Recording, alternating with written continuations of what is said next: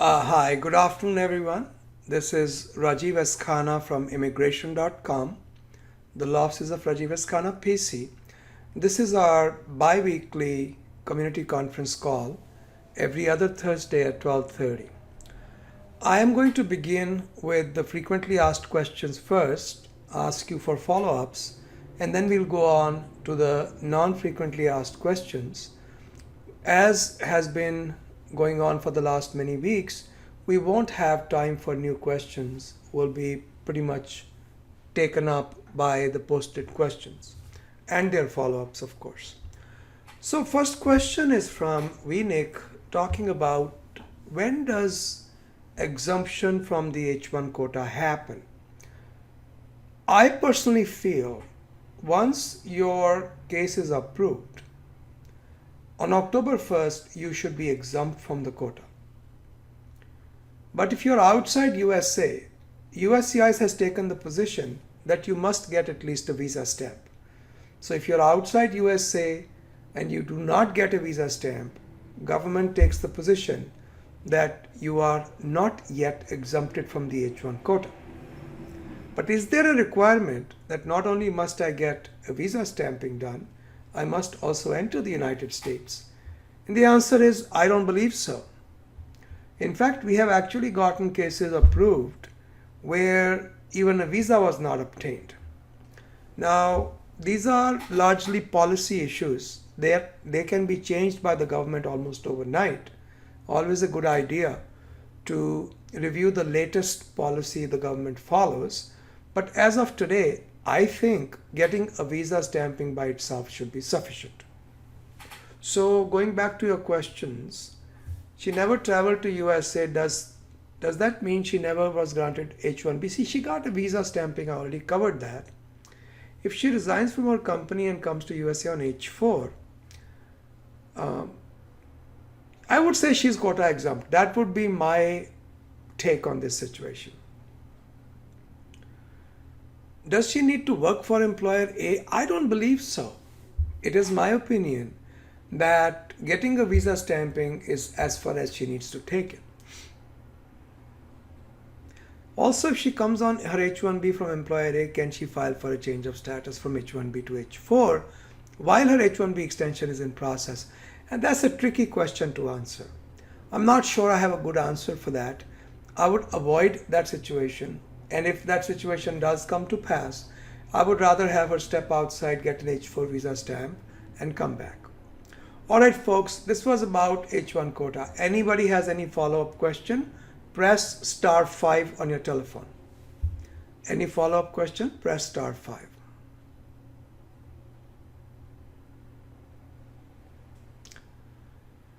Next question comes up quite frequently, which is the best methods for spouse of a green card holder to enter the USA. Because there is a gap between when you apply and when they can actually get some kind of a legal status, it can be several years. So it becomes problematic for spouses of green card holders to stay outside USA for that long. What are the various ways they can come to the United States? Well, there used to be something called a V visa, which was available in some of these situations. That is no longer there. So that option no longer exists. Another option, of course, is if you in the interim become eligible for citizenship, get your citizenship, you can then upgrade the pending case to the spouse of a US citizen from the spouse of a green card holder. Another option is to get into a situation like H1 or L1 where a pending green card application doesn't matter. H1, L1 are typical visas, even O1 or E3 or even E1, E2 visas. These are visas where a pending green card application is not going to disturb you. So you could try doing that. Can you get something like a tourist visa or a student visa or a J1 visa while a green card is going on? It is difficult, not impossible, but it's quite difficult to get those visas because they require non-immigrant intent. So let's look at Arjun's questions. I'm a US green card holder planning to get married. If I get married to someone in India, can she get a tourist visa? You see, the problem is when you talk about getting a tourist visa after the marriage, the fact that her husband lives in the United States would come as an obstacle in the way of getting a tourist visa or a student visa or a J visa. Because having somebody that close living in the United States would mean that you actually want to live in USA. Sometimes people have done this and I find this very disconcerting. I think it's a very bad idea. Sometimes what people do is they will go get a tourist visa 10 days before they are about to get married, or a month or 2 or 3 months. My problem is the form DS, 160 or 260, it actually asks you, does your fiance live in the United States? And I think if you say no, you may be committing misrepresentation or fraud, which is a very serious problem. Because fiance doesn't have a ironclad, difficult to contain definition. It's a very open definition. If you want to get married to somebody, conceivably, they can be considered your fiance. So always a good idea to err on the side of full disclosure or perhaps even over disclosure in these situations. So will she be able to get a tourist visa? I doubt it. My idea is that after marriage, she comes on a tourist visa, stays for 6 months, goes to Canada and come back. Well, that's not likely to work because if in any 12-month period, government may not like you living here more than 6 months. So she could be declined an entry. Sometimes you can get it, but if they are aware and they take a look at the paperwork, they may not allow entry like that. And he's thinking of applying for a re-entry permit. That, of course, is doable. And then going and living in India, that, of course, is doable. A lot of people do it that way. But what I would want you to do is, I would want you to perhaps talk with a lawyer, discuss your situation, make sure what you're doing is the right thing to do. We had people who actually were living in Russia when there was a situation like this. It seems to work out, but got to be a little bit careful with this. One of the things that is important is when you file her I-864, the affidavit of support, it requires that you are either a resident already in USA or you are looking to move back. So when the time comes for her interview, you should either already be moved back or you should be actively looking for a job and about to move back, rented an apartment, things like that. *5 if there's a follow-up question. *5, there's actually something very similar from Radha also. My wife lives in the US and holds a green card. I live in Bangalore. She's applied for my green card. I-130 is approved. My current B1, B2 expired. I have to visit USA on a travel, on business visa. So you have to answer yes because your green card is going on. If yes, we hear yes, of course, it is difficult, but I don't think you can do anything about that. There really isn't.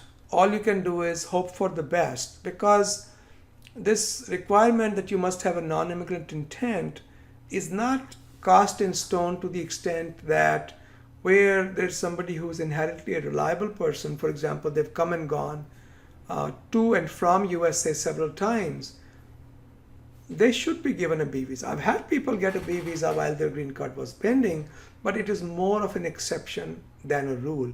And I don't think there's much you can do to improve your chances. *5, if there's any follow-up question on these issues I discussed. *5, okay. Let's go to Texas. Texas, go ahead, please. Rajiv, this is Arjun. Regarding my situation you discussed, if my wife already has a B1, B2 visa before I got married, and I got married, can I file a green card petition at the same time? Can she use the existing B1, B2 to come in?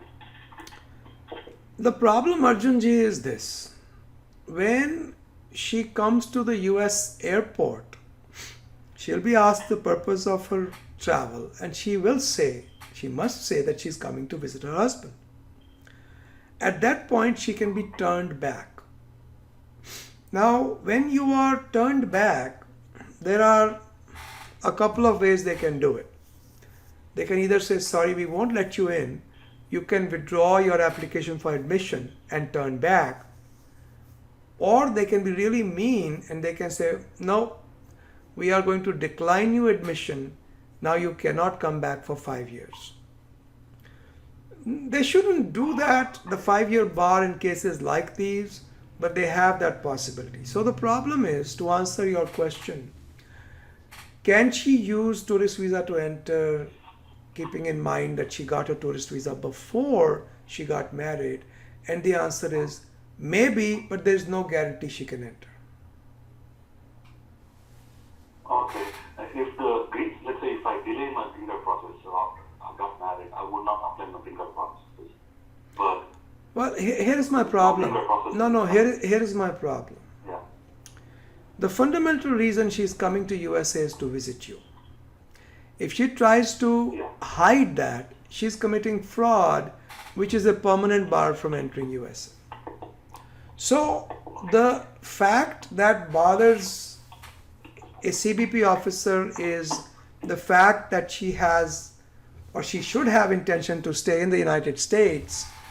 It is not governed so much just by the green card application as by your actual presence in the United States. I want to add one more thing for your knowledge. I'm not sure if you are familiar with this, but re-entry permit application requires only that on the date you apply for re-entry permit, you must be in the United States. And once you file it, you can leave and then you can come back for a few weeks later for biometrics, and then you can leave again. The re-entry permit can be picked up by your lawyer's address, by any address in the United States, or by the US consulate of your choosing in your home country. So maybe, I don't know if you're familiar with that, but you really are not required to stay in the USA waiting for re-entry permit to be decided. Okay. You can leave after the application. Okay. Okay? Got it. Okay, got it. So one thing, so I insist on re-entry permit. It's what I see is the US government can give me a maximum of 2 years Right. for my re-entry permit. Right. And based on my research, 2 years is not enough for if I file my spouse a green card, it takes more than 2 years. You can come Of 2 years, you can come back to USA, come back apply and reapply again and leave again. Yes. second time. Yeah. Second time it will be approved. Second time, so no problem. Yeah, I've never had problems even getting 2 or 3 re-entry permit approvals. Depends upon the case, but yeah, I think it should be okay. Okay. All right. Okay. Good luck. Perfect. You answered all my questions. Thank you so much. You're welcome. And congratulations. Thank you. All right. So let's go on to the next frequently asked question. Effect of revocation of PERM on an already approved H1 extension. I have looked into this question. Once they give you an H1 extension, if later on the PERM is revoked, which was the basis for the extension, they will not take away your H1 extension. So the date I filed my H1 and the date my application was decided, my PERM was the basis for my H1 extension. Once the extension is given, the PERM goes away, I should be able to keep my H1. So let's look at the question from GS. I completed my 5th year in March, changed my job on 1st Feb. In the meantime, employer filed green card PERM application on 1st March. While my H1B was still in process,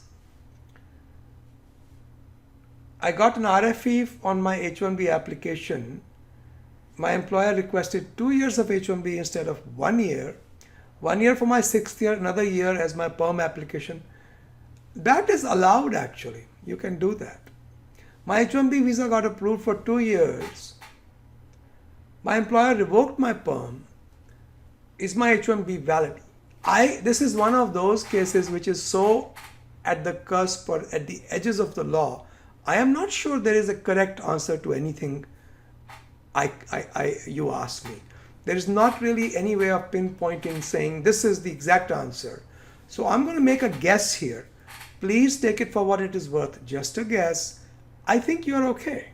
I think you get to keep your H1 because on the date the H1 was filed and adjudicated, the basis for the extension existed. It's very unlikely the government will give you any hassle about this situation. *5 if you have a follow-up question on this. *5. Okay. Let's go on to the next frequently asked question. Applying for H4 status while H1 is pending. I have pointed this out to all of you before. What happens is, if your old status has expired, let's say you were on H4 visa and H4 status and it was good till January 15th. And let's say on January 10th, you applied for an H1 or an F1. After January 15th, you no longer have the old status because the old status was good till only January 15th. But you are legal to stay in the United States because you have a timely filed application for change of status pending, change of status to F1. So when you have an application for extension, amendment, change of status, etc. pending, you are considered to be in authorized period of stay, which is legal, but it isn't considered to be full status. So status is something more than authorized period of stay. Government can convert from status to another status. They cannot convert from authorized period of stay to status. Taking the same example,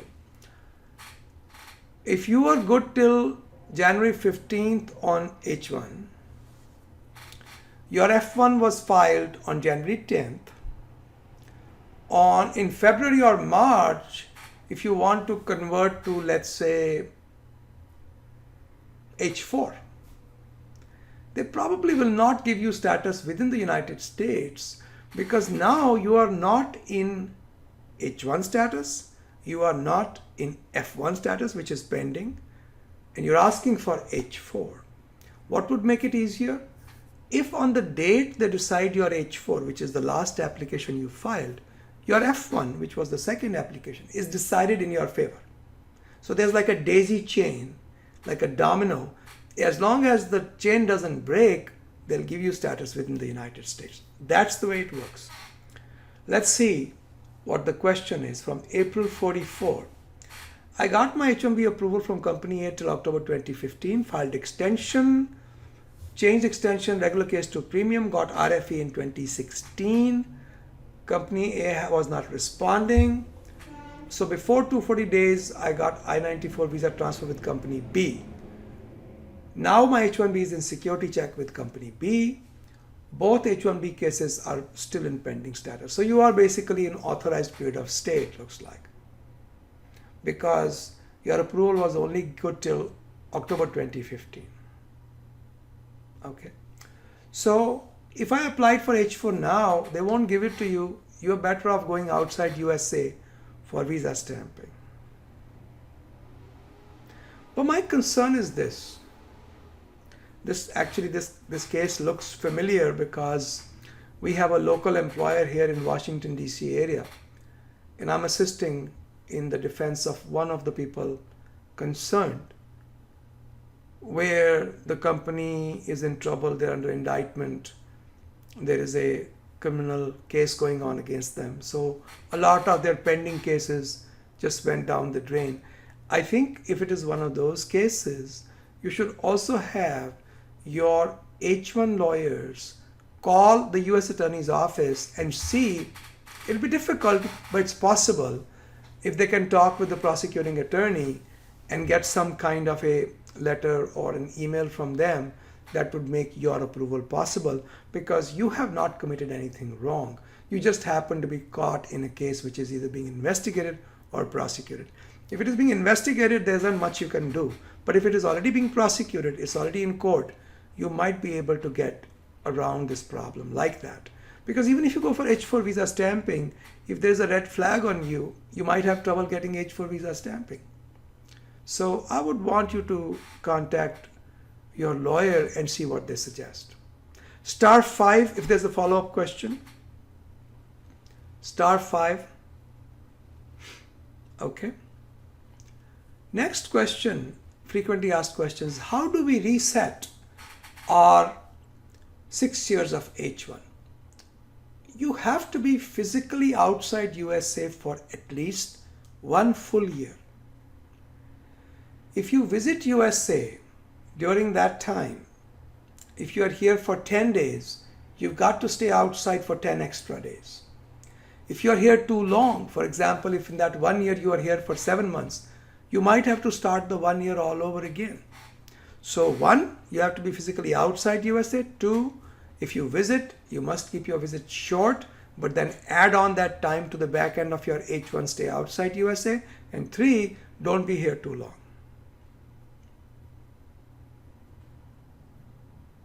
So the question here is, does it have to be 1 year stay out of USA at the time of the H1B application filing, or 1 year stay out of USA between exit and re-entry? I'm not sure I understand your question, but if you leave today, you can file an H1B application 366 days from today, not before that.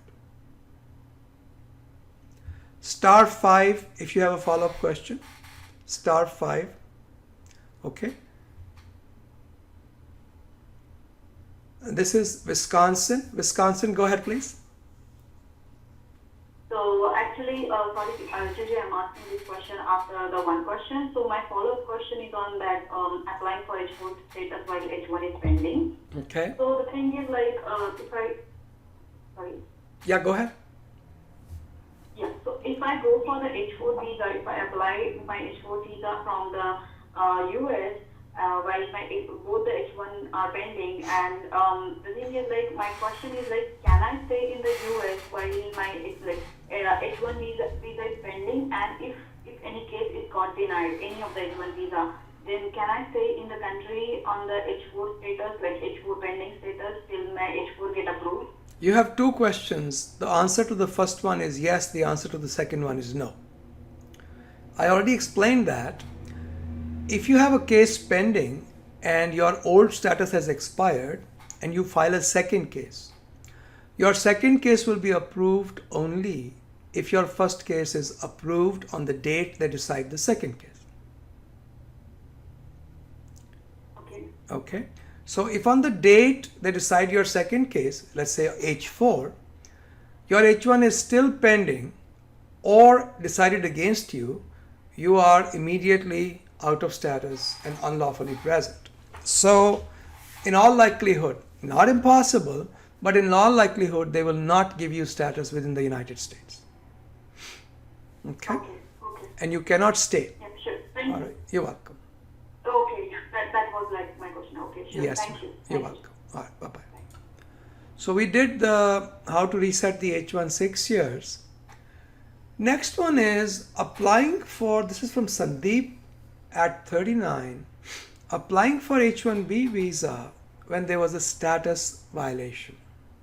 So there was about a 55-day delay when he got laid off from employer A, and employer B filed H1 about 55 days later. Usually, how much time I have to step out of US for stamping? Go as quickly as you can.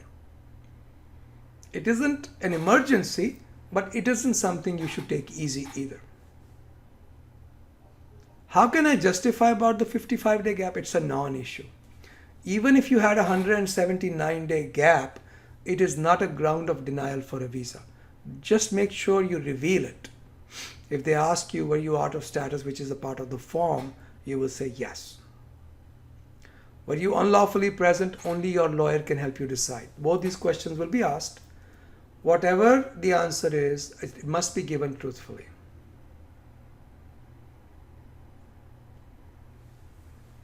How can I justify the 55 days? There is no, you don't have to think about a valid reason. Just tell the truth. Never ever try to make up a reason. My green card PERM has been approved. C has applied for I-140. Can I move with a new employer? I already covered this issue.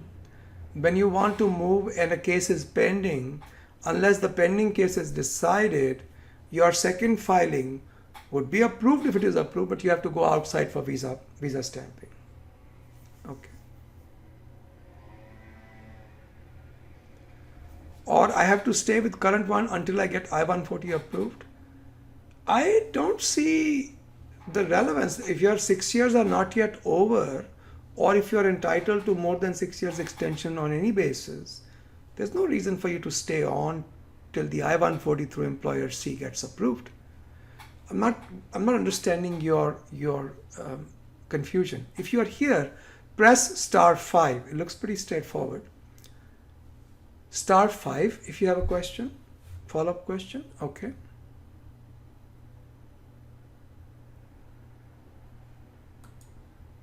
California, go ahead please, California.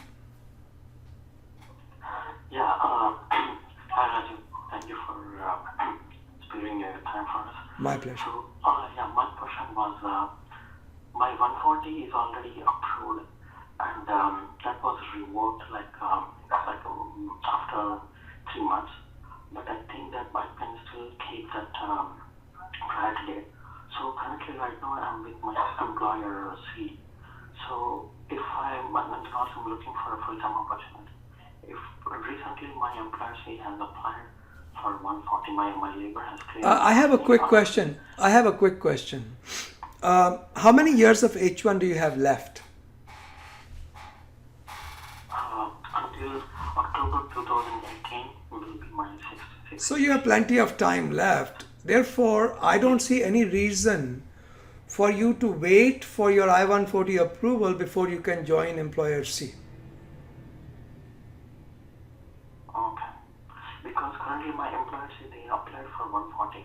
Yeah. So if I got a new job with a new employee, if they wanted to file for GC again, well, yes, they can, because look, you have till October 2018. So if you get another green card application filed before October 2017, which is possible, your further H1 would be secure. And right now you got H1 till October 2018 also. So therefore, I think it's possible. They just have to move fast. Because usually labor will take around 8 months. No, you're not looking for labor approval. You're looking for filing before October. Okay. And then one more question is, my fiance, she's a green card holder.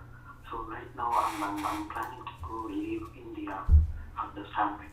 So since she is a green card holder, is it better to get married before I leave to India? It doesn't matter. It doesn't matter. H1B is immune from the problem of marriage. I quite didn't understand. Didn't get it. Whether you are married or not, sir, whether you are married or not has no implication on H1B visa. H1B visa doesn't care whether your spouse is a green card holder or a US citizen. Okay. So let's say if I get married in India, so let's say for some reason my H1 gets denied, is there any dependent way that I can come back? No. Since I get I have done a full discussion on this. When Monica posts this recording, go through it. I discussed how can a green card holder spouse enter USA about 20 minutes ago. So just review that whole discussion. Okay? I gotta move on. Good luck. Okay. Yeah, thanks. You're welcome. Okay, then I merged this. There was another question. Oh, yeah, I think this was already asked. Okay. So is there anything else left, California? I think we covered it all. If there's something else left, press *5. Because I'd merged two of your postings. They had the same questions. One extra question. Okay, looks like we're done. Oh, there's still something left. Yeah, California, go ahead. California, go ahead. Yeah, hi Rajiv. It's me again. Yeah, just one last question. Regarding that 55 days, in the time I was like unemployed, and then I don't have any. I'm sorry, I'm not hearing you very clearly. Can you speak up and please enunciate? I can barely understand what you're saying. So 55 days. What about the 55 days? Yeah, during that 55 days, I was I did not. It's like I did not have a job, and then I do not have any employer to file for it. Okay. So I was looking for. That's fine. That's fine. That's fine. So That's fine. Listen to me. That means that. Sir, listen to me. Yeah. You are not the first one in this situation. You won't be the last one. As long as you don't lie about it, and as long as you don't try to be creative about explaining it, just be honest. I didn't have a job. I stayed in USA illegally. That's fine. That's not a ground for denial of an H-1B visa. So that means that I stayed out of status? I don't remember your case. I think, what was it? Let's see. You got laid off from employer A, took around 55 for 9. See, right now they give you 60 days of grace period. During those days, it wasn't there. But you were out of status. However, if it was not concealed from the government, I don't see it as an issue. So if it says, were you out of status? The answer is yes, I was. Okay? Okay. You don't have to have an explanation. Just be truthful. Don't try to be creative. Oh, yeah. Okay. All right? Good luck. Got it. Yeah, thanks. Sure. Bye. Okay, let's go on to the next frequently asked question. Okay, that's all the frequently asked questions we had. Let's go on to the regular questions now.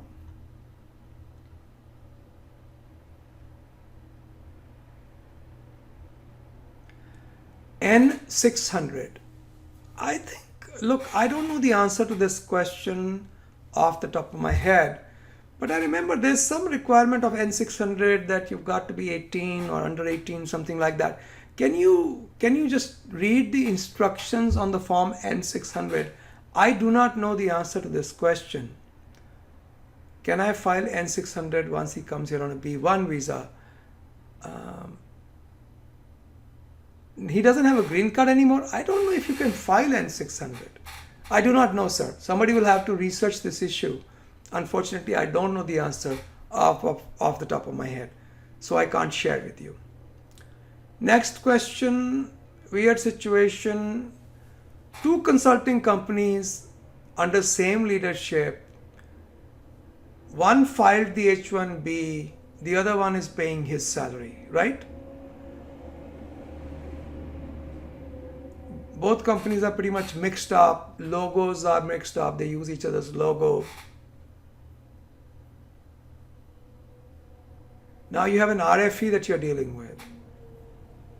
There is, you know, what you can do is you can prove that you worked, you got paid, and your H1 was approved. Really, it shouldn't be your problem to decide which company has what corporate ownership. Your lawyer should present the case very clearly, stating that you did everything that you were required to do, and if there is any issue of 2 separate corporations not having enough distinction between the 2 companies, that should not put you in invalid status. So all you can do is give the entire circumstances of what happened and hope for the best. I think it'll work out for you. *5 if you have a follow-up question. *5.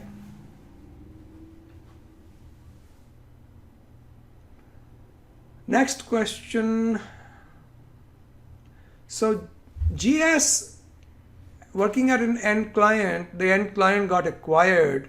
He wants to go for a visa stamping. Should he get a new letter? The answer is yes, you should. Next question. Oh, *5 if you have a follow-up question. *5. Okay. Next question is from, I hope I'm not missing anything. Did I? No. Okay.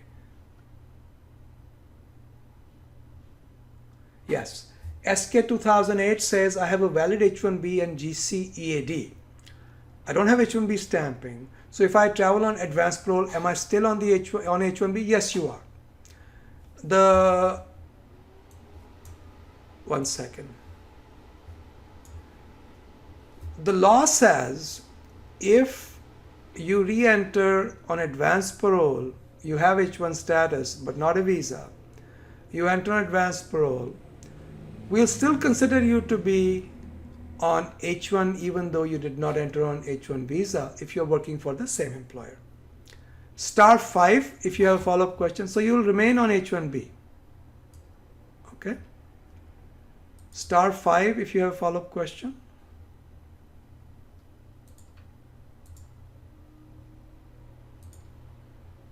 All right, let's go on to the next question. And this one is a little more difficult from Speed Star. He did not know what his country of birth was. He thought it was Afghanistan, but it turned out to be Pakistan. You see, I think you're going to be okay because if you were that close to the border, it may be difficult to decide which way. We had a case like this between India and Nepal. So it's possible. Now, I always like to keep the record straight, especially if you are from Pakistan or Afghanistan. So I think what you should do is contact your congressman's office. Put this in writing so that if it becomes ever an issue, it should be clear that you try to get this corrected. I think it should be corrected. Overall, I don't know how long it's going to take. I don't know how many complications it's going to create, but I don't think you have a choice. I don't think you have a choice. So contact your congressman's office, get it corrected. That would be my advice. Star 5 if you have a follow-up question. Okay. Anand says, from a prior post, I have a question. I-140 approved since 6 years, 485 pending 4 years. There's no H1B.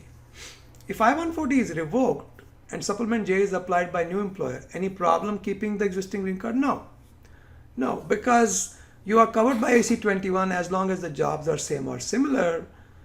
You should be fine. What documents will be required from the prior employer?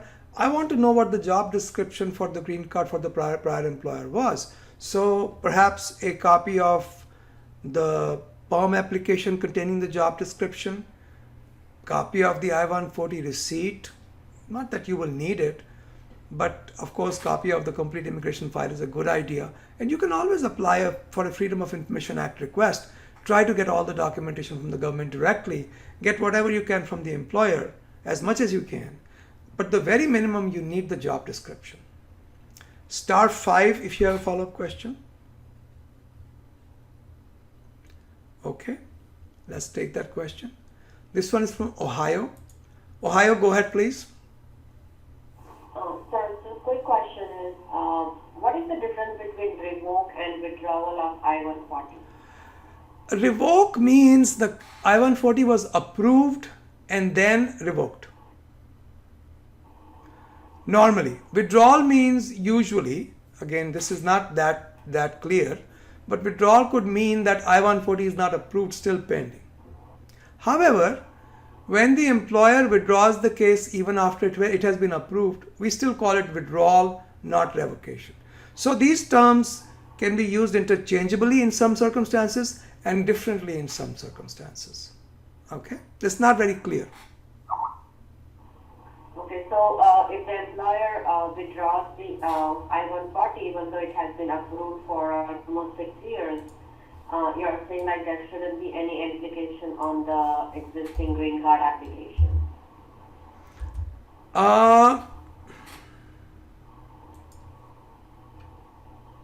Ask me that question again. I'm not sure I got a pop-up from somebody. Yeah, sorry about that. So you're saying like if the employer withdraws I-140, even though it has been approved for the last 6 years, there shouldn't be any implication with the job change on the existing green card? No implication at all.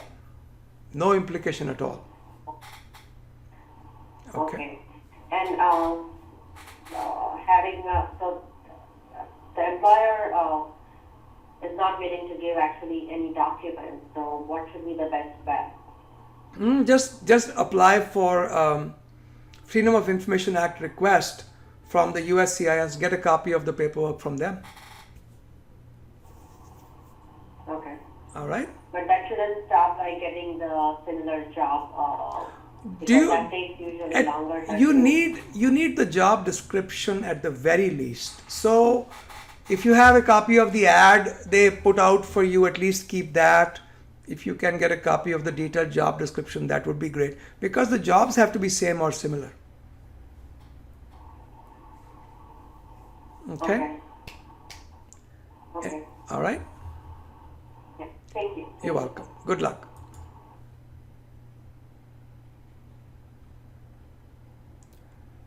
Next question is, it's a little confusing. I hope you are here. Potter P385. It says, my employer applied for H1 129 last year in April, but it was denied in October. They filed an MTR in November. Oh, I see. You know what could have happened? What could have happened is that on May 26th, they reopened your petition, and then on May 30th, they approved it. So whenever you file an MTR, there are two actions that are taken. First decision is, okay, we'll reopen the case. The second decision is, we'll approve the case or we'll deny the case. So if they reopen and approve, that means your H1 should be approved. That would be my very educated guess. So whenever there's a motion to reopen, there are two actions inherent in it. One is reopening the case, action 1, which is what happened on May 26th. And the second one is actually approving or denying the application, which is what happened on May 30th. They approved it. So think about it this way. If you have a closed file, in order to look at the file, first you have to open it. That's step 1. Then you take some action, whether you want to approve the file or deny the file. That is action number 2. Star 5 if you have a follow-up question.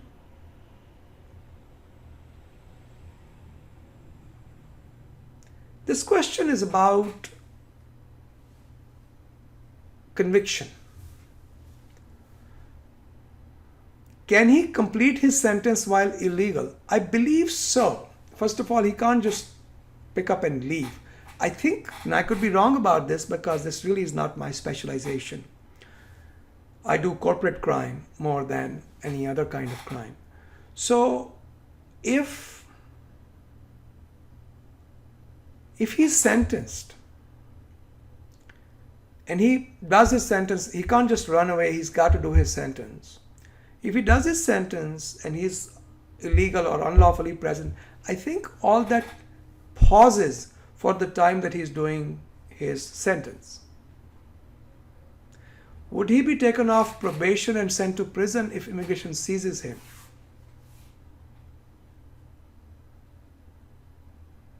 Can he complete his sentence? Oh, I think you're not talking about incarceration. You are talking about suspended sentence. And I don't think that really helps you. I'm sorry, I don't really know the answer to this question. This is something you should discuss with a lawyer who does deportation cases, what is called removal. So talk with a lawyer who does those kind of cases. That's not our forte. We don't go to immigration court. Our practice is in federal courts only. Next question, Ind engineer. I have a quick question regarding my spouse change of status from L2 to J1 teacher. She's here in USA on L2. Can she get her status changed to J1? As long as she's maintaining her status, she can get her status changed to J1. No problem. Within USA. Star 5 if you have a follow-up question. Okay. Harish applied for 130-485 for mother 3 weeks ago. She's here on a visitor visa. Stay expires on June 12th. Is it okay for her to stay? Yes. As long as you get the 485 filed, actually, it's a lot easier for spouses and parents of US citizens, much more so than it's a long discussion, but yeah, simple question, simple answer, no problem at all. She filed her 485. She can continue to stay here even past June 12th. Star 5 if you have a follow-up question.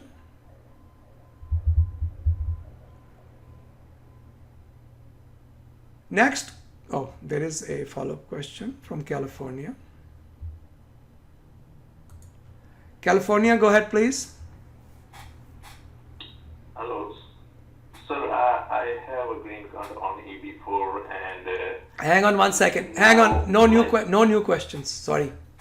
If I have time, I'll do new questions. I'm only doing follow-ups. Stand by. We might have 5 or 10 minutes for new questions. Let's do.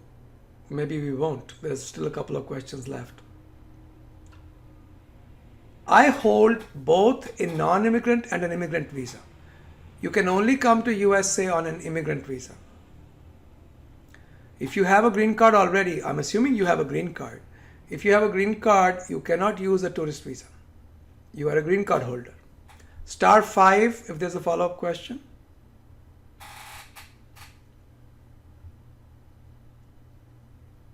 This is from Anant, who says he wants to understand the new rules for I-140. I have an I-140 approved. It has been approved for more than 6 months. Priority date is Feb 2016. I'm working with employer A. If I leave USA for a few years and I intend to return, will the right for cap exempt H-1B extension with a completely different employer still be applicable? I think so.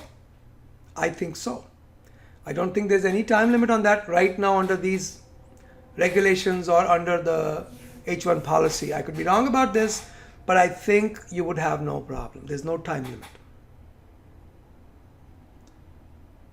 If I stay in USA and move to a different employer, do I need to start the green card processing with a new employer immediately?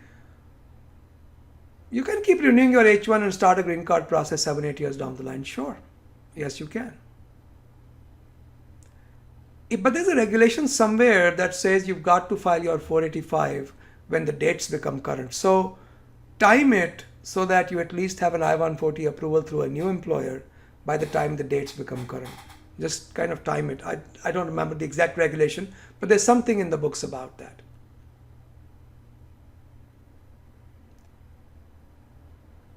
Can I go to employer C after working for employer B for some time and still extend my H-1B? Yes.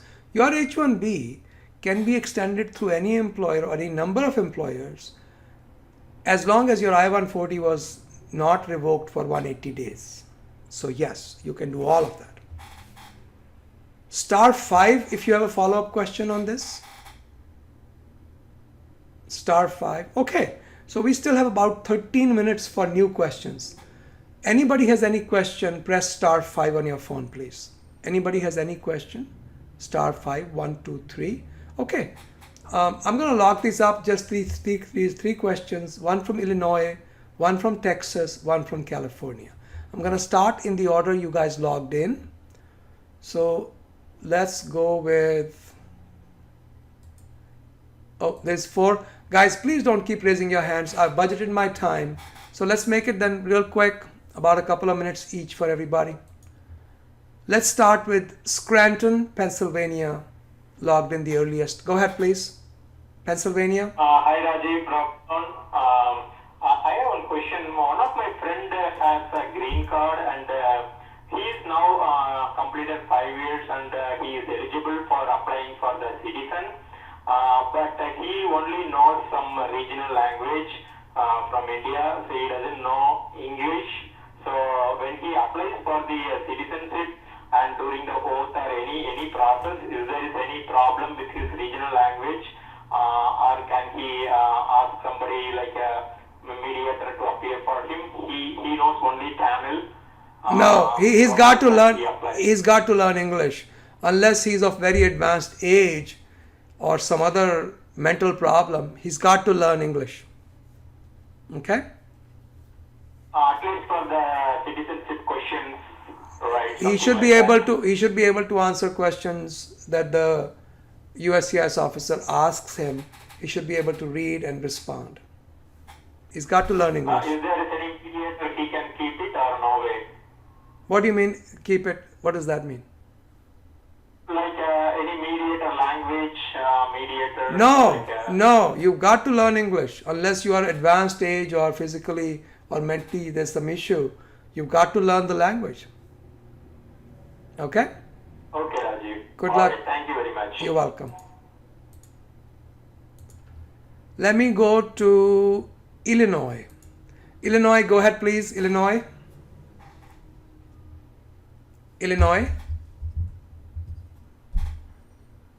You are calling from area code 224. Hi, Rajiv. This is Vinik. So I have put up my first question actually for today's conference call. Okay. I missed my chance for follow-up. So I just want to ask, is there any candidate cap exempt rule changes by the USCIS which you are aware about No. in the last 6 months? No. No changes. And regarding this resigning from my employer A and coming to US in H4 and filing new H1. So what if employer A withdraws or revokes my H1 petition? I think Does it make I any think difference? I think you're still exempt from the quota. That would be my guess. Okay. Okay. As long as it is not withdrawn before October 1st of the year for which the H1 was supposed to begin. So that was last year, so there's no problem. Yeah, it was in 2014. Yeah, so yeah, what 3 years ago almost. So I don't see it as a problem. Yeah. Okay? Okay. Good, Okay. good luck. Okay, last two questions, folks. First, let's go to Texas and then we'll do California. Texas, go ahead, please. Texas. Hi, thanks Rajiv for taking my call. Yes, ma'am. My pleasure. I brought my mother on a visa waiver program on an Australian passport, Okay. and her stamping date on her passport is July 3rd. She needs to leave by that date. Okay.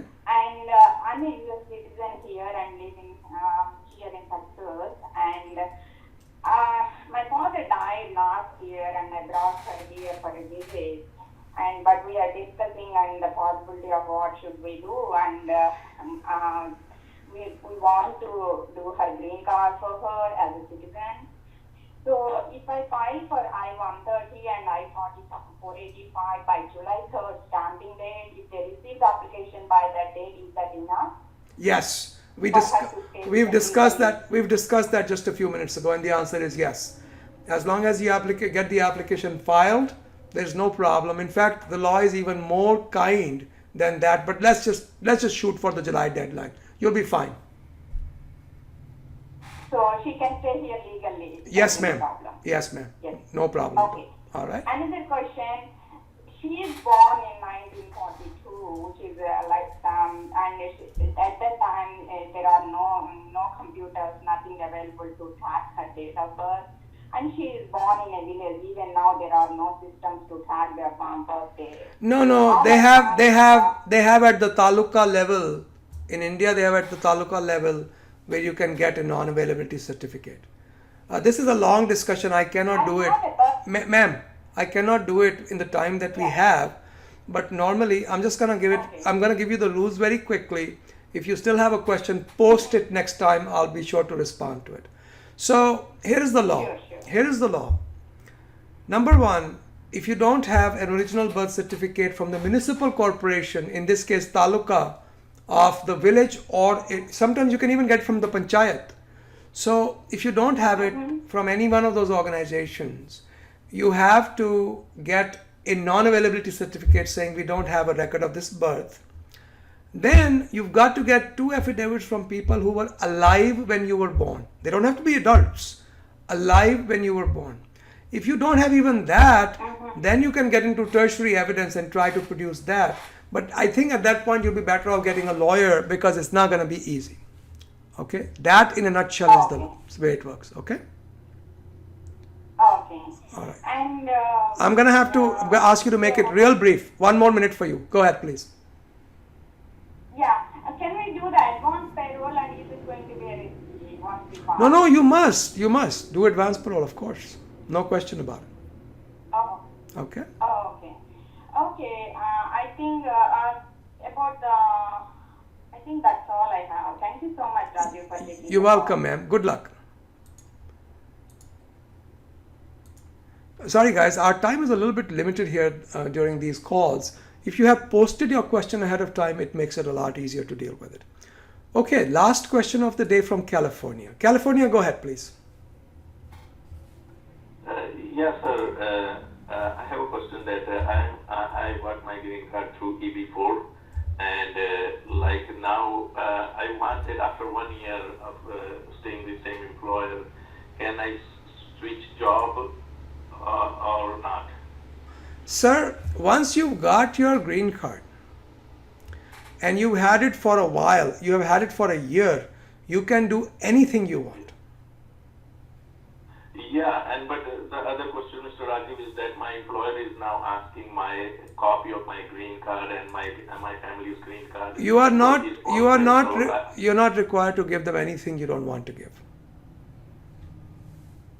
Yeah, but if there is any way he can like kind of do a problem for us No. moving to another job? No. Or, As long as there was no fraud in the underlying application, there's nothing they can do. yeah. Okay. All right? Yeah. Okay. Thank you, sir. Thank you. Oh, very you're much. welcome. Good luck, sir. Yeah. Good luck. Bye. As always, folks, it is always a great pleasure to talk with all of you, and I appreciate the ability to do so. We'll talk again in 2 weeks. Do remember to post your questions online because we can budget our time then. We don't have to worry about a number of questions that come up at the last moment, okay? Good luck, everyone. Take care. Bye-bye. Every other Thursday at 12:30 p.m. Eastern Standard Time, we host free community conference calls. Everybody is welcome to join. Some people post questions ahead of time. You can take membership in our forums. All of the details are there on our website, immigration.com. You can take membership ahead of time, and it's instantaneous. It happens right away. And post your questions beforehand, or you can just log in. The phone number and all are provided: 202-800-8394, 12:30 Eastern Standard Time every other Thursday. We have free apps for both Apple iOS platform for your iPhones and iPads, as well as for Android. Just look for immigration.com, the period dot, and the application should show up.